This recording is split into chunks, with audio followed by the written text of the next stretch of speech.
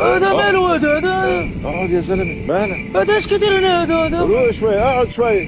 هذا ما عرفتش اشنو كيدير هنا. هذا مالو اش جابو لهنا. وفينا العباقرة صافا لاباس عليكم؟ كلشي مزيان، كلشي بخير. الصراحة توحشت بحال ما كنتقابل مع الكاميرا ونهضر معاكم. راه بعدا لاحظت شي حوايج جداد. اول حاجة بعدا الميكرو شي حاجة اللهم بارك ناضية بلا ما نهضروا. الفوقية ملي كتشوفوها يعني راه باينه غيكون شي فيديو سبيسيال، شي فيديو ناضي، شي فيديو زوين ان شاء الله. وهادشي اللي كنتمناو بلا ما نطول عليكم ونبداو فيه. تخيل معايا ديك اللحظه فاش كتحس بقلبك عامر ومزير عليك لدرجه ان النفس ديالك كطلع وتهبط بصعوبه، والدنيا فجأة كتبان لك ظلامت واخا تكون الشمس طالعه.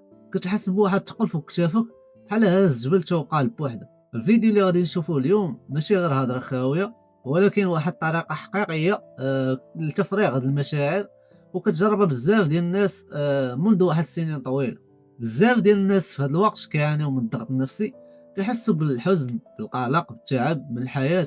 واول حاجه كيديروها هي انهم كيمشيو يشتكيو الناس، كيقلبوا على شي صديق او شي واحد قريب، شي واحد يسمع لهم. ولكن المشكل هنايا هو ماشي كاع الناس كيقدروا يفهموا. كاين اللي كيسمع ليك غير باش يجاوبك بجوج كلمات، وكاين اللي كيسمع ليك ولكن ما عنده حتى حل، وكاين حتى اللي ممكن يستعمل كلامك ضدك، او بمعنى اخر كاع ديك الهضره اللي قلتيها ليه كيوصلها للناس اخرين. وهذا الشيء اللي كيخلي بزاف ديال الناس انهم يحسوا انهم بوحدهم. ولكن الحقيقه هي انك انت ماشي بوحدك. كاين باب ديما محلول، باب ما كيتسدش، باب اللي تقدر تمشي ليه في اي وقت، وهو الباب ديال الله. الفرق الكبير بين البشر وبين الله سبحانه وتعالى هو ان الله ما عمره كيمل من الشكوى ديالو، ما عمره كيقول لك صافي سال الوقت ولا عندي ما يدار.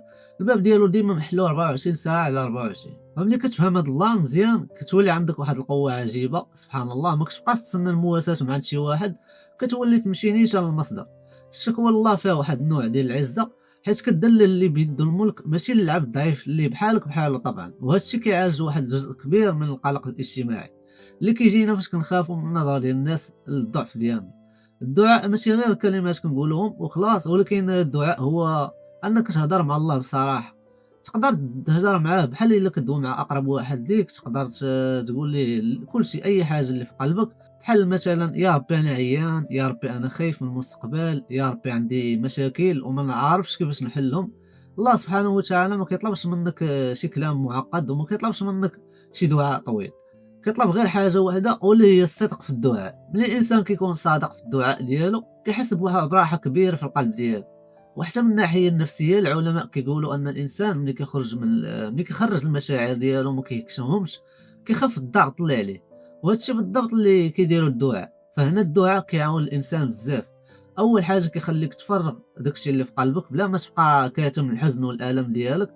ثاني حاجه كيخفف التوتر والقلق، حيت ملي كتدعي كتسلم المشاكل ديالك الله سبحانه وتعالى. وثالث حاجه كيعطيك الامل، حيت كتولي عارف انه كاين الله سبحانه وتعالى قادر يبدل اي حاجه في حياتك. ورابع حاجه كيعطيك الطمانينه، حتى الا ما تبدلش الظروف ديالك بواحد السرعه كتحس بالراحه الداخليه كبيره، حيت عارف ان الله سمع لك. بزاف ديال الناس كيظنوا ان الدعاء خاصو يكون في اوقات معينه فقط، ولكن الحقيقه هي انك تقدر تدعي في اي وقت. تقدر تدعي وانت ماشي في الطريق، تقدر تدعي قبل ما تنعس، تقدر تدعي حتى وانت غير جالس بوحدك. الله قريب منك اكثر ما كتخيل، وكيعرف حتى الهضره اللي ما قلتيهاش، وكيعرف حتى الحزن اللي مخبي في قلبك، وكيعرف الالم اللي ما قادرش تتعاودوا لشي واحد. لهذا ما تخليش الهموم تجمع في الداخل ديالك. كل مره تحس بالضغط رجع الله سبحانه وتعالى. وحتى الا كنتي درتي اخطاء في الماضي فالباب ديالو ديما محلول. الله ما كيملش من العباد ديالو، وما كيملش من سماع الدعاء ديالو. يمكن شي مرات كتدعي وما كتشوف الدعاء ديالك تستجاب بسرعه، ولكن خاصك تعرف حاجه مهمه.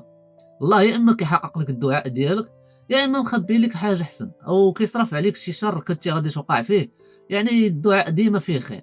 كما ان الجميل في الموضوع هو انك فاش كتوصل لقمه الضعف في الشكوى الله كتوصل لقمه القرب منه.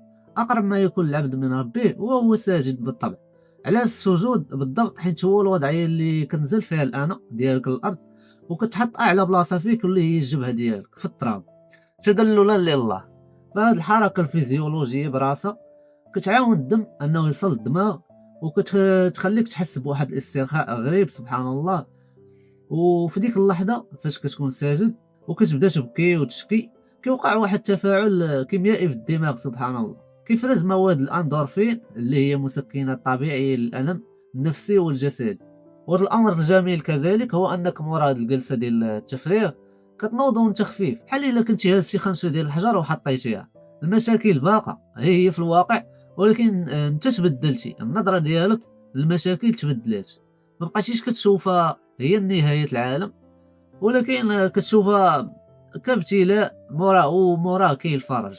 هاد التغيير في الادراك هو واحد الجوهر ديال العلاج المعرفي والسلوكي اللي كيديروه الاطباء النفسيين، وانت هنايا درتيه في جلسه واحده مجانيه مع الله سبحانه وتعالى. داكشي علاش الا كان قلبك عامر ما تبقاش تدور في بلاصتك، فرش السجاده ديالك واطلق العنان للسان ديالك والدموع ديالك، وشوف كيفاش الراحه غتنزل عليك بحال الشتا.